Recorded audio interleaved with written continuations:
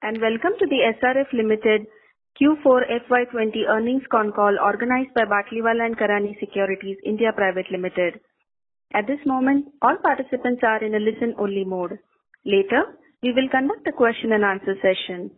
I would now like to turn the conference over to Mr. Ranjit Sirumala. Please go ahead, sir. Yeah, thank you, Yashasvi. Good afternoon, everyone. Thank you for joining us on SRF Limited's Q4 and FY20 results conference call. We thank the management for giving us this opportunity to host the call. Today, we have with us Mr. Rahul Jain, President and Chief Financial Officer, SRF Limited. I would like to invite Ms. Nitika Dhawan, Head of Corporate Communications at SRF, to initiate the proceedings of SRF's con call. Over to you, ma'am. Good afternoon, everyone, and thank you for joining us on SRF Limited's Q4 and Financial Year 20 earnings conference call. We will begin this call with brief opening remarks from our President and CFO, Mr. Rahul Jain, following which we will open the forum for an interactive question and answer session. Before we begin this call, I would like to point out that some statements made in this call may be forward-looking, and a disclaimer to this effect has been included in the earnings presentation shared with you earlier. I would now like to invite Mr. Jain to make his opening remarks. Good afternoon, everyone. I would like to extend a warm welcome to everyone joining us today on SRF's Q4 and full year FY20 earnings call. I hope you, your team, and loved ones are safe and doing well. I will begin the call with briefly addressing the impact of COVID-19 outbreak on our businesses. Then, I will broadly take you through the key operational highlights for the quarter and full year under review, following which we will open the forum to have a detailed Q&A session. The global economy and diverse industries across India and international markets have been witnessing an unprecedented health and economic crisis due to the outbreak of COVID-19 pandemic. In this environment, our primary focus was on ensuring business continuity, considering all relevant guidelines, as well as taking appropriate actions for the safety and well-being of our employees. In line with government directives, we have taken necessary steps to shut down our facilities and subsequently also begun operations at various sites, post receipt of requisite approvals from state and local authorities. Various measures have been put in place to ensure social distancing and safety of our employees, which is paramount and non-negotiable. Further, to ensure business continuity, appropriate liquidity measures have been effected so as to ensure smooth operations at all locations. I am pleased to share that we have registered a healthy performance for the quarter under review, despite the dynamic domestic and global macroeconomic challenges. In Q4 FY20, the consolidated revenues stood at 1,858 crore with EBITDA at 395 crores. SRF posted an 8% jump in profit after tax at 194 crore for the March quarter as compared to corresponding period last year. The company's PAT rose from 592 crore in FY19 to 916 crore in FY20, an increase of 55%. SRF's EBITDA increased in FY20 increased 12% from 1,349 crore to 1,507 crore. The numbers as stated above are excluding the impact of discontinued operations that arose during the year from the sale of our engineering plastics business and closure of operations of the technical textiles business at Thailand. Including the impact of these, for the year FY20, we registered a PAT of 1,019 crores as compared to 641 crores in FY19, an increase of 59%. Going on to our segmental performance now. In our chemicals business, which comprises of the fluorochemicals and the specialty chemicals business, I will start with the performance of the specialty chemicals business. This segment has been the focus and key growth driver for SRF. The business delivered robust performance on account of strong demand from the export market, substantiated by the team's efforts towards optimal utilization of our capacities. While we did not witness any demand-related issues owing to the pandemic, we did face some logistics issues which led to delay in certain shipments in the relevant quarter.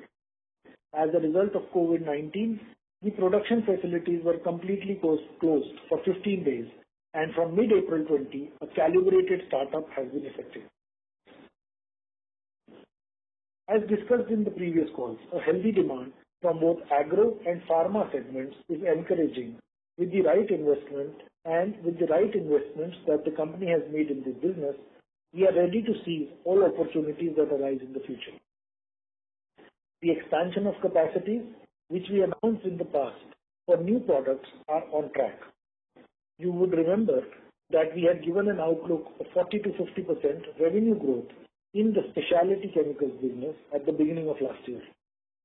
I am happy to share that our overall revenues for the business are in excess of 1650 crores, which is higher than what we had initially indicated. Given the management's confidence in the business and its long-term growth outlook indicated at the beginning of the fiscal, we have not only met the expectation but exceeded on all performance parameters. Further, the business has also shown significant improvement in the margins as the operating leverage has played out. We continue to be optimistic that the new product opportunities will emerge in both agro and pharma segments and exhibit a positive trajectory for the business in the future. From that standpoint, our order book looks strong in the upcoming financial year as well. Overall, we continue to strive towards maintaining a healthy pipeline of new products and expect to report a healthy performance in FY21 as well.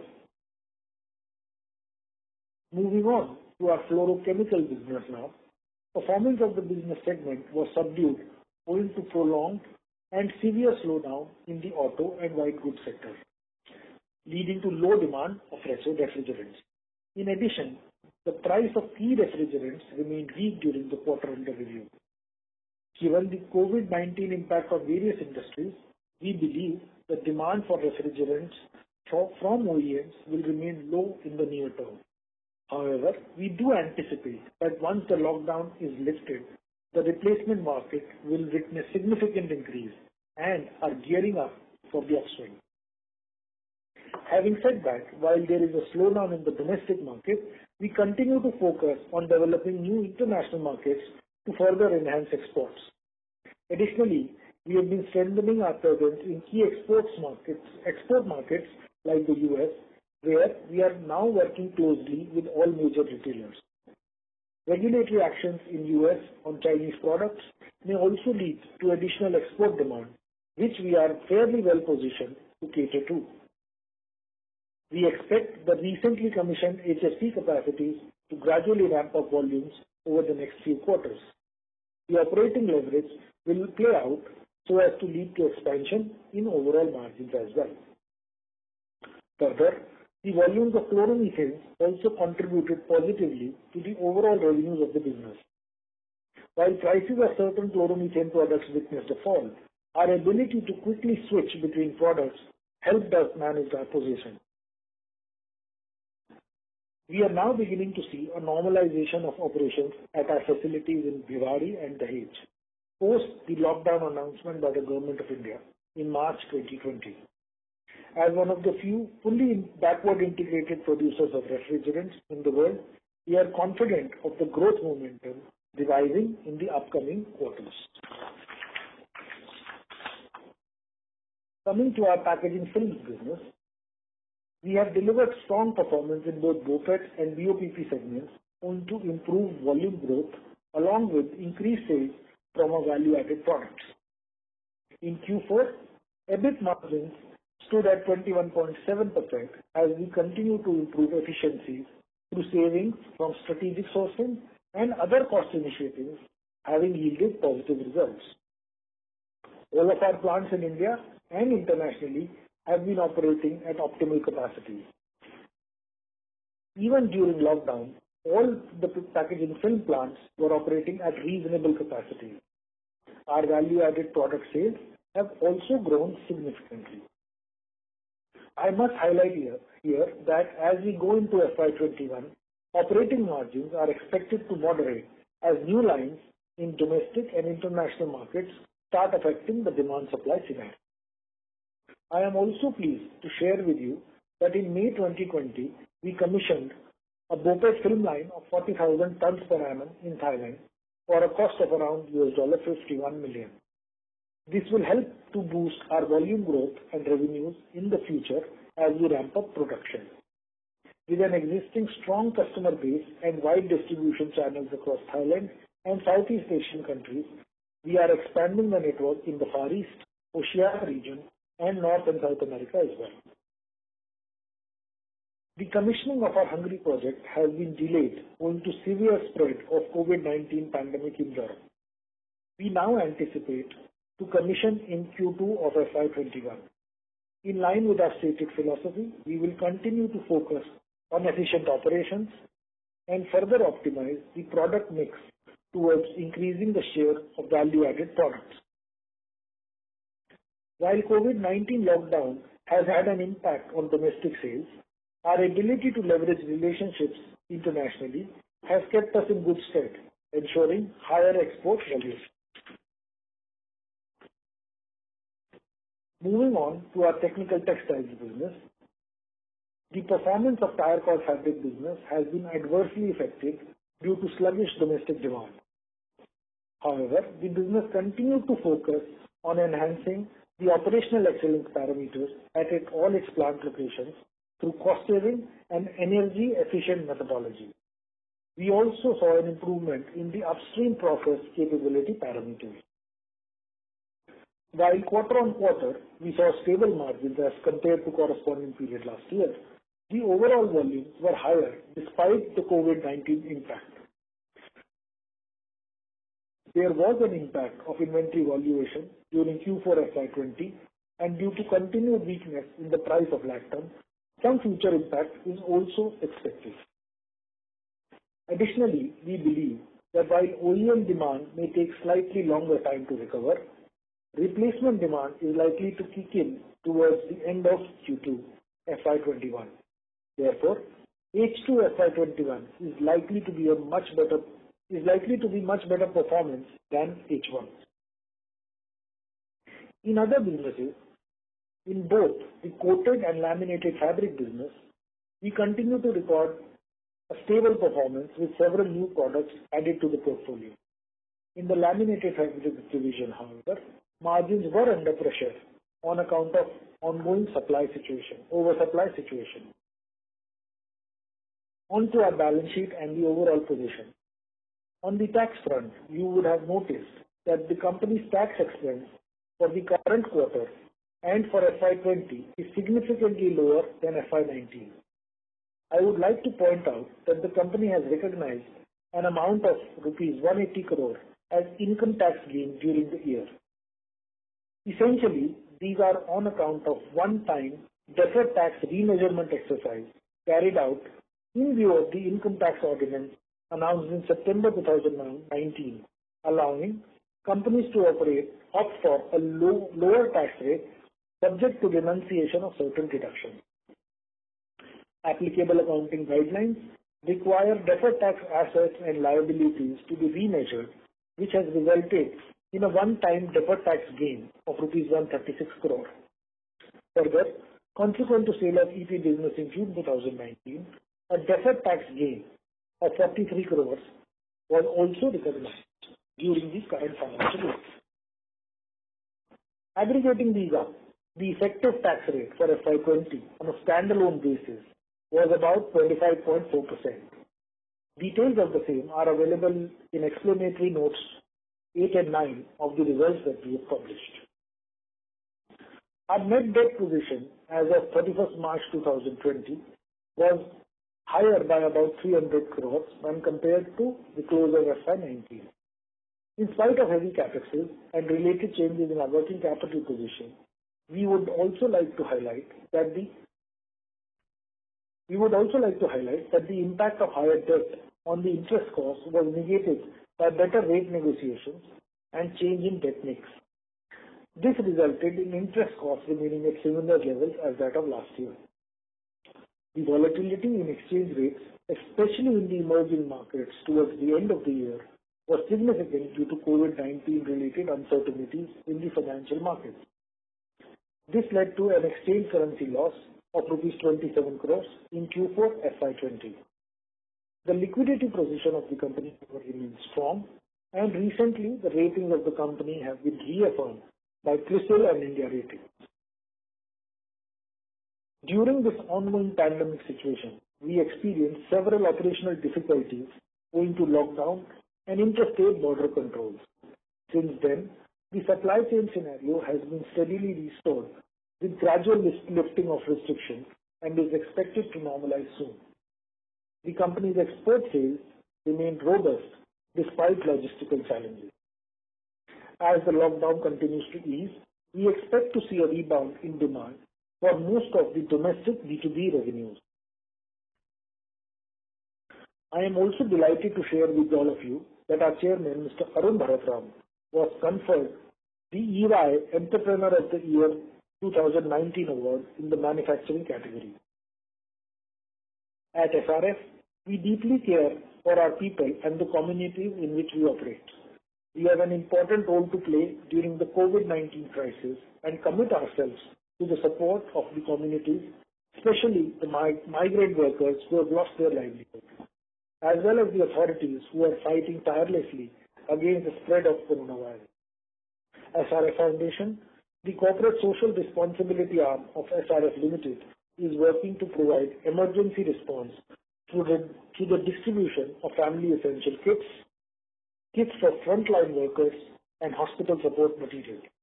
Additionally, the team of SRF Foundation is working with its partners to support the education and learning needs of children across our intervention schools by bridging the digital divide through innovative methods. In conclusion, we are confident of our growth potential and business opportunities that each of our segments exhibits. As the domestic and international operating environment improves gradually, we are optimistic of a healthy performance. We believe that this is possible due to our investments in world-class infrastructure, competent resources, superior R&D capabilities, and a strong adherence to safety protocols, which is the cornerstone of our sustainability endeavors. We are also confident of creating sustained value for all our stakeholders as we progressively step into FY21. On that note, I conclude my remarks and would be open to discuss any questions, comments or suggestions that you may have. I would now like to ask the moderator to open the line for Q&A. Thank you very much. Certainly, sir. Ladies and gentlemen, we'll now begin the question and answer session. If you have a question, please press star and 1 on your phone and await your turn to ask the question and then guided by the facilitator. If your question has been answered before your turn and you wish to withdraw your request, you may do so by pressing star and 1 again.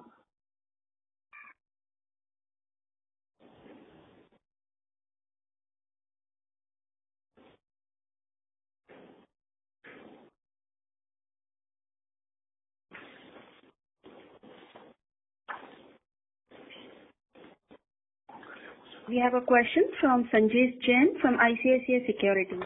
Please go ahead. Thanks, Rahulji. Thanks for the opportunity. Welcome, Sanjesh. Yeah, quick questions, a couple of them. First, on the chemical segment, congrats on a very, very strong set of specialty. I guess, again, we have easily surpassed our guidance. But on the margin front, that doesn't look like. So there is a margin contraction of 170 bips YOY. What has went wrong? Was the refrigerant gas prices steeper? Is that the hurting margin for the chemical business as a whole? Sanjesh, can you repeat the last piece? You said there was a margin contraction YOY. Right, YOY in the chemical business. Whereas our mix looks like it has improved more towards specialty chemical, right? Which we have a higher margin versus refrigerant gas, correct? So again, you are comparing corresponding period last year to current year. So roughly about 1.8% is the margin contraction that you are talking about quarter-on-quarter. Correct. Yes. Again, I have said this not once, many times, that this is not a business to be looked on a quarter-on-quarter basis. You should look at the year's margins. Look at the margin for FY19 versus FY20. You will still see roughly about 150 basis points of expansion in margin. My sense is that from about 16%, it is up to about 17.5%. So I would really look at it from a year as a whole perspective rather than looking at it on a quarter-on-quarter perspective. Secondly, yes, there has been some really nice work that has happened in the specialty chemicals business. We have been fairly confident in telling you that we will grow about 50%. 40 to 50% is what we had initially said. But again, as I said, and as you would have heard on the call, the growth is far beyond that. Good. This is also despite the fact that for April 2019, there was a negative month because of the closure that happened at the end of last year. As also, there was some impact of COVID that I had explained to you. So, to that extent, I would say there is some contraction that has happened, but I'm not really worried about the quarter-on-quarter margin contraction that you are looking at. I am really looking at this business from a year as a whole perspective, and to that extent, happier to see the fact that there is margin expansion that has happened. Also, the fact is that for chemicals business, the new HFC plants have recently been commercialized or capitalized. Because of COVID-19, there is, let's say, the operating leverage on those plants that are still to play out. So those are kind of the reasons. Fair point, sir. Just one confirmation. We haven't talked about our guidance for chemical business in FY21, right? I don't give you guidance on chemical business overall, but yes, this is something that we do on an annualized basis. For the specialty chemicals business, my sense is that our growth, depending upon how COVID plays out, should be in the range of, say, about 20 to 25%. Let's say, to be on the safer side. That's a fair. Even these are healthy numbers given the conditions. We are respect for that, sir. On the refrigerant, a 40 to 50% number on a continuous basis is not possible because of the fact that now you are working with a 1600 crore revenue. Even a 25% number is a 400 crore increase. Not a small job to do. Yeah. The absolute addition remains still healthy. I take that point. Yeah. On the refrigerant gas side, I thought that the China shutdown in the Q4, where we were still operating, there was a room for us to benefit from that. And it looks like it hasn't come in. Was the demand weaker than what we were estimating? And what are the reasons for pricing correction there, given that there could have been a substantial pressure on the supply side as well? So just wanted to understand that. Not an India play in terms of the overall pricing. I think it is an international play on the overall pricing. Yeah, international, correct. Because of the fact that China was looking to sell a lot of product which they were unable to. There were pricing corrections that were happening in it. To a certain extent, I would also say that some of these were slightly on the higher side earlier as well. So to that extent, they are now moderated. Even the current position on the prices, I think we are in a fairly good position to be a substantive player, not just in the Indian market, but in an international market as well, because of the fact that our cost competence is very, very significant in the business. As I said, fact is that we are a player that has complete backward integration. Probably that would leave us in a good position in the international market as well, Sanjesh. Got it, sir. Just one clarification here. Our earlier guidance that we will consume this HFC capacity probably over next 3 years still stands true, right? I would still expect that to happen. 3 years is still a very large time frame. I would really expect this to be faster. Okay, that's a good news. Last question on the packaging film. We have you will have to come back in line. Other people will say there is no more questions left. Chalega. Thank you very much, sir, and best wishes for you. Thank you. I would request participants to restrict the number of questions to 2 at a time. We have a question from Mr. Vivek Ramakrishnan from DSP Mutual Fund. Please go ahead, sir. Congratulations. I had 2 questions. You have been investing in capacity significantly, and that has kept your return on capital employed a bit depressed. So is this phase of capex going to, and the pace of capex going to continue, or will you be able to make better return on capital employed? That's question number 1. And question number 2 is there any guidance that you will give on debt levels too, in terms of how it's going to look like in 21 and 22? Thank you. Okay, let me answer both your questions. The first question that you asked is about the operating leverage, or let's say the return on capital employed. Now, yes, you are right that we've been investing very heavily in capex, but the return on capital employed does come over a period of time. If you look at the return on capital employed at any point in time, it really does take into account those capexes that have recently been commissioned or are likely to be commissioned in the future. To that extent, I would really look at the denominator on a T-1 or a T-2 basis, which would give you a pretty healthy return on capital employed. From a capex perspective, there are certain capex plans that have already been announced. Those we are still going ahead with. There is the PTFE plan that is going on in the chemicals business. We had recently announced 230 crores of capex on the specialty chemicals business. There were certain other spillover capexes from last year that are still continuing. Our sense is that roughly about 700 to 800 crores of capex spent in FY21 is reasonable. There could be another 100 crores of capex that we are not budgeting today. Plus, whatever is going on in the BOPP in Thailand, and in Hungary, aggregates to in the range of about 1,200 to 1,300 crores. So that's our capex guidance for FY21. Obviously, we will be frugal about it, depending upon how the cash flow situation pans out.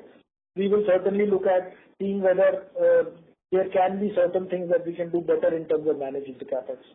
But on an overall position, we are not looking to, let's say, curtail our existing capexes, because they provide us the growth for the future. The second question that you asked is whether there will be debt reduction in the future. Given our current estimates, we believe anywhere between 200 to 300 crores is a likely debt reduction in the future, given our current numbers that we are looking at. But all of these depend on what capexes we are doing, how much EBITDA we are generating, what is the impact of COVID, and all of those things. I would really not worry too much on debt, because my operating leverage ratios as well as my debt to net worth, cash to net worth, all of those ratios are in pretty good shape.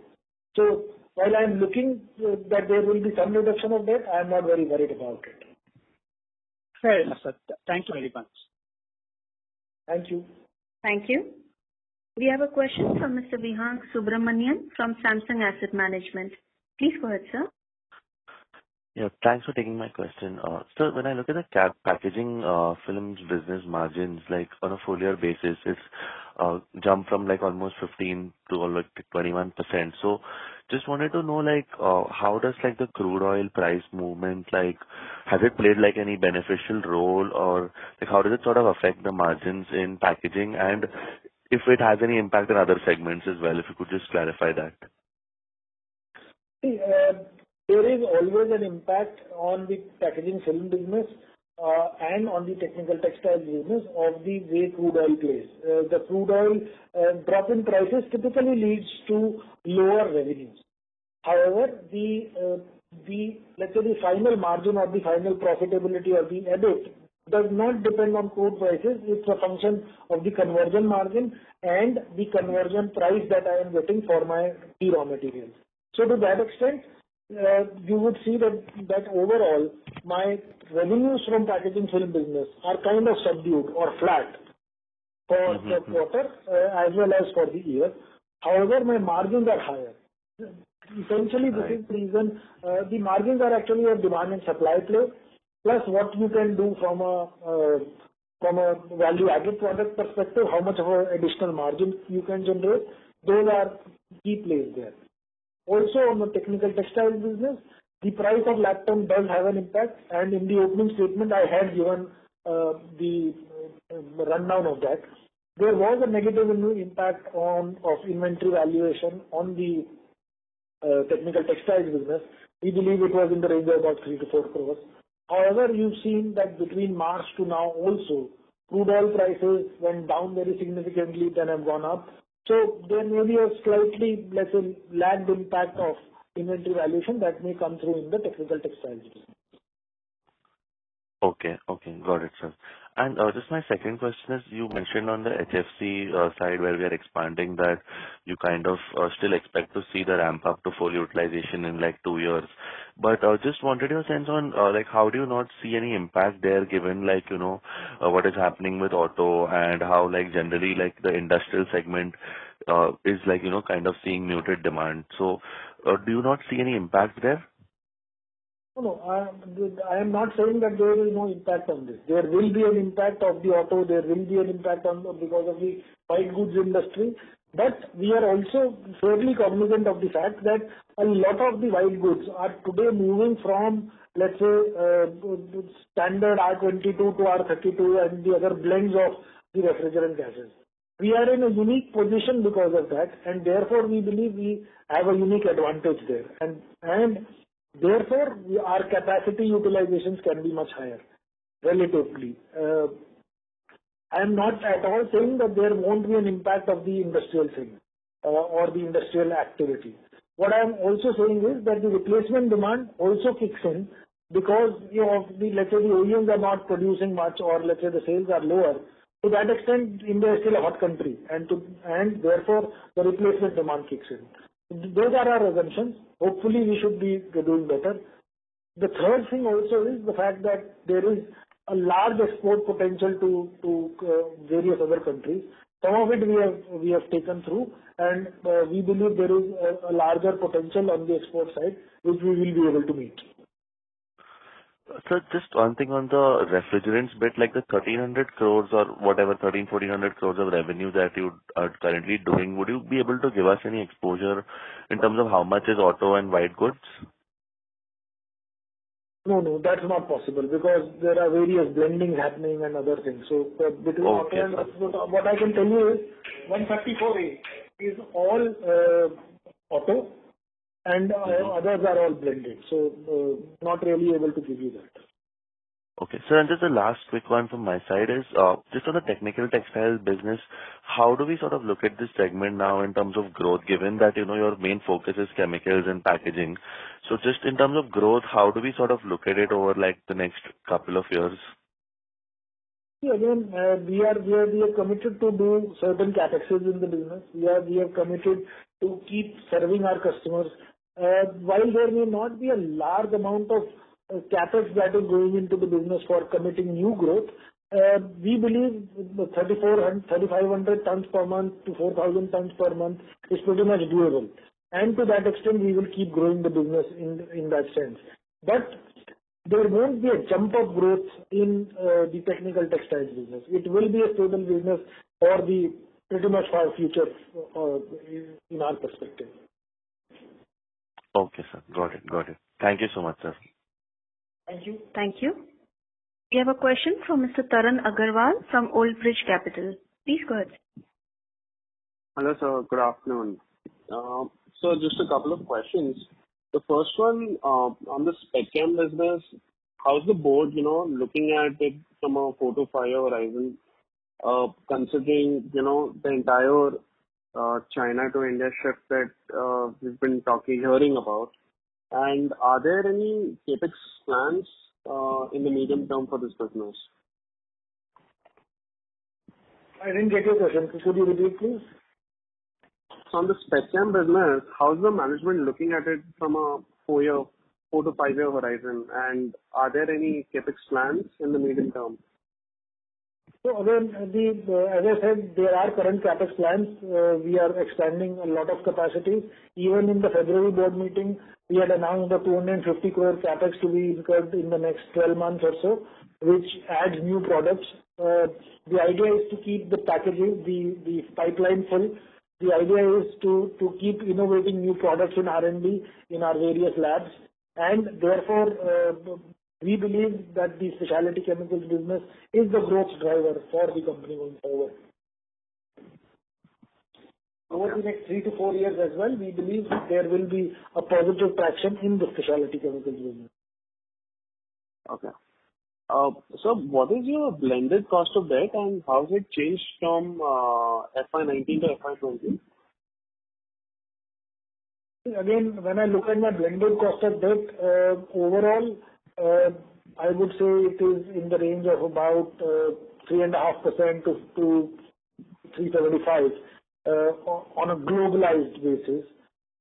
Probably about a 75 to 100 basis points change between the 2 years. Okay. And so in your packaging films business, what is the share of value-added products in the 2,600 odd crores in FY20 and how has that moved from FY19? Growth in value-added products during the year is in the range of about 20-22%.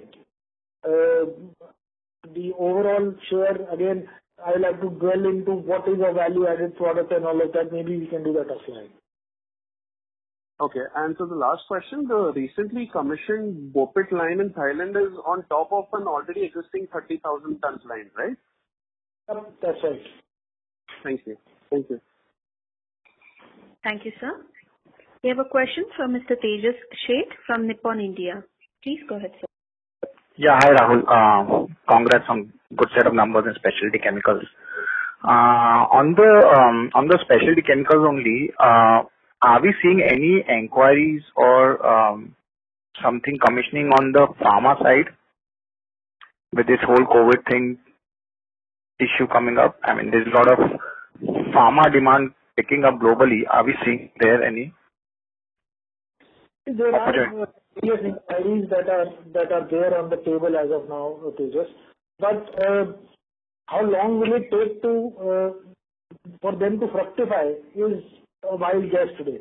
I can't tell you in the 3-month time frame we will be able to do something about it. So there are a lot of inquiries, yes, but whether they will fructify in a 3-month or a 6-month or a year's time frame, difficult to predict. Okay. On the refrigerant side, we have you would have clearly missed the domestic season. With our increased capacity, and can we cover up the balance part of year sales for the missed domestic season? The next domestic season only kicks in Q4 next year. Oh, so that's what I'm saying. So we have missed domestic season, right? Now the export side of the season is still yet to play out, and we have increased capacities, right? So can we cover up the domestic season loss from exports is what my question is. It won't be for 100%, but yes, we will be able to cover some. Okay. And lastly, on packaging films, both the plants which are getting commissioning this year, are there any delayed on the ramp up side, or the inquiries for the volume remains strong? No, the inquiries are very, very strong. The BOPET film line in Thailand has already been commissioned. Hungary is due in July sometime. And therefore, and again, the product inquiries are pretty strong. The only thing is Europe takes more time to ramp up because of the product approvals and all of those things. We are fairly confident that we'll be able to do this. And the per tonnage spread remained healthy even in Q1? April may have been pretty much all right. I can't give you any further details than that. Okay. Thank you. Thank you. Thank you, sir. We have a question from Neha Talreja from Edelweiss. Please go ahead. So thanks a lot for the opportunity. Just wanted to check with you what has been the EBITDA number for us for specialty chemical business and packaging? Specialty, we don't share it specifically on... for chemicals as a whole? And that's a math number. You please go ahead and do this. It's available in the balance sheet. Sure. Done. Thanks. Thank you. We have a question from Surya Patra from Phillip Capital. Please go ahead. Yeah. Thanks for this opportunity and congrats for the good set of numbers, sir, on the specialty chemical side.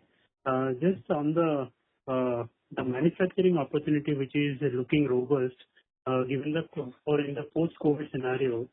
Do you see really any diversification of manufacturing opportunity from the current fluorochemicals to some other area? Or whether you are also seeing any kind of incremental manufacturing opportunity in your existing lines of business because of the China factor. Now people are preferring ex-China kind of products supply chain. So on that front, anything that you can update, sir? Surya, to be very frank about it, if you want to talk about a single product, single inquiry, diversification of my production facilities, whether I am able to produce PPE kits or something of that sort, or sanitizers, no such intent. No. Right? No, I'm not talking about the sanitizer. I'm just completing the answer. Just give me a minute. Yeah. The second thing that you asked about is China. I think that's very relevant. And to that extent, we believe that there is an opportunity that a lot of our customers who are looking to diversify their let's say requirements from out of China. I think that's a huge opportunity that presents itself. We are in a good position to be able to leverage that opportunity. Our facilities are in good position. We have now PGM2 facilities available to cater to pharma needs. And I think that's something that we are also looking forward to. That's essentially the answer to your question. If you are asking about a specific product, I don't have that information. No, that's fine, sir. But and I was just trying to understand whether you can go beyond fluorochemicals in terms of manufacturing opportunity that is visible in the post-COVID scenario.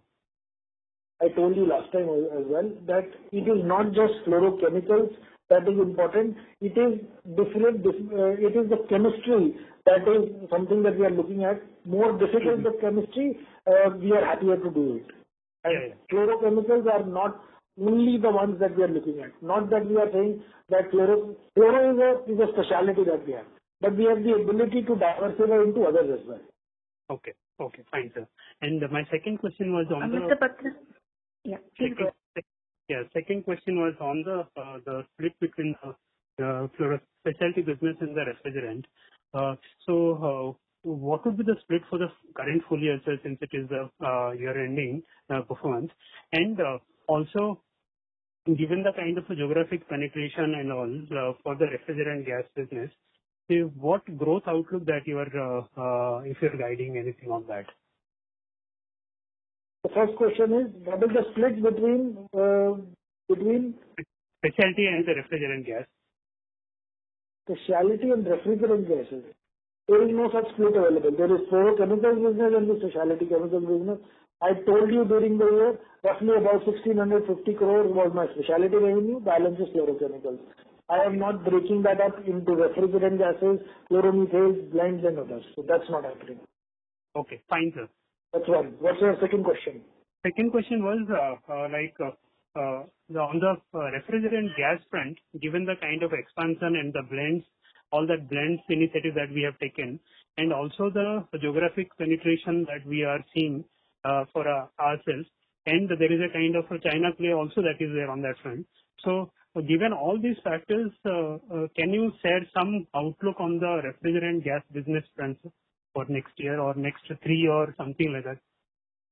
So again, within the next 2 years, all the additional capacities that we are putting up, we are wanting to have them fully utilized and appropriately to obviously the operating margin and all of the other things of this fluorochemicals business should play out positively. Whether that happens in the next 18 months, 24 months or 30 months, I really am unable to say this. Yes, there is a positive that is emanating out of the duty structures and all of those things in the US. We are fairly well positioned to be able to take advantage of that. Okay. Thank you, sir. Thanks a lot. Thank you, Mr. Patra. We have a question from Resham Jain from DSP Investment Managers. Please go ahead. Thank you for the opportunity. Sir, I have just two questions. So first is on the EBIT margin, you had improved 150 basis points this year. But when we look at your historical margin performance, it has been quite healthy and very good. So should one expect that, based on your comments on operating leverage coming into play in refrigerant as well, and more brownfield expansion happening on specialty chemical side, the margin should move up further from the current level? Resham, I think that's a reasonable expectation to have. Okay. But is it fair to assume that what you used to do, let's say 3 years back, is that something which you can strive for in the next 2-3 years? Pepsi का add सुना है तुमने, दिल मांगे मोर, तो ये हमेशा ही रहता है. So you will always have a position where you want more, but again, let's be reasonable. 3 years ago, our specialty chemical revenues were about 500 crores. Yeah. Right? So, and today we are talking about the 1,650 crore revenue and talking about a 20-25% growth. So at a 2,000 crore revenue, similar, let's say, EBIT margins or EBITDA margins are pretty much wild. Endeavor is always to get to higher numbers, but even 100 basis points expansion is very, very decent. Okay. Okay. And sir, my second question is that in the specialty chemical, our medium-term outlook is very good. And given that our current site in Dahej has seen a lot of expansion over the last many years, do you expect that we have to go for the new greenfield location in the next year or so to expand beyond FY21? No. For the next year or two, I think we have enough land available. Even in the last year, I think there was some land that we had bought in adjacent to our Dahej site. So to that extent, I think for the next 2 to 3 years, we have enough land to be able to expand our footprint at the existing site. But in a 5 years time, probably yes, we will have to think about something. Okay. Great, sir. Thank you. And all the best. Thank you. Thank you, sir. We have a question from Niket from MOAMC Mumbai. Please go ahead. Hi, thanks for the opportunity. So I just had one question. If you can just give us some sense on what kind of imports do we have from China as far as our chemicals business is concerned, and do we have any thought process to increase our backward integration as a proportion of our revenues? So we would have some imports from China in our specialty chemical business. But again, if you look at our overall imports, I don't think it's a very substantial number. Whatever were being risked, we have been able to de-risk them, so we are in good position. As of now, there is no specific thought of backward integrating anything. In fact, in many situations, we are looking to see if some of the processes can be managed outside our plants, and we end up doing, let's say, slightly higher end or more technical processes. So that's the way we are looking at it. Okay? Sure. And I was just kind of understanding how does a customer think about it, because when he wants to de-risk from China to India, and essentially if we are not largely backward integrated, does the customer think that essentially still going to depend on China in some format or the other, because even your raw material is essentially going to come from China, right? No. So again, let's look at it. What is the key raw material for my chemicals business? The key raw material is fluorspar. I have told you that we are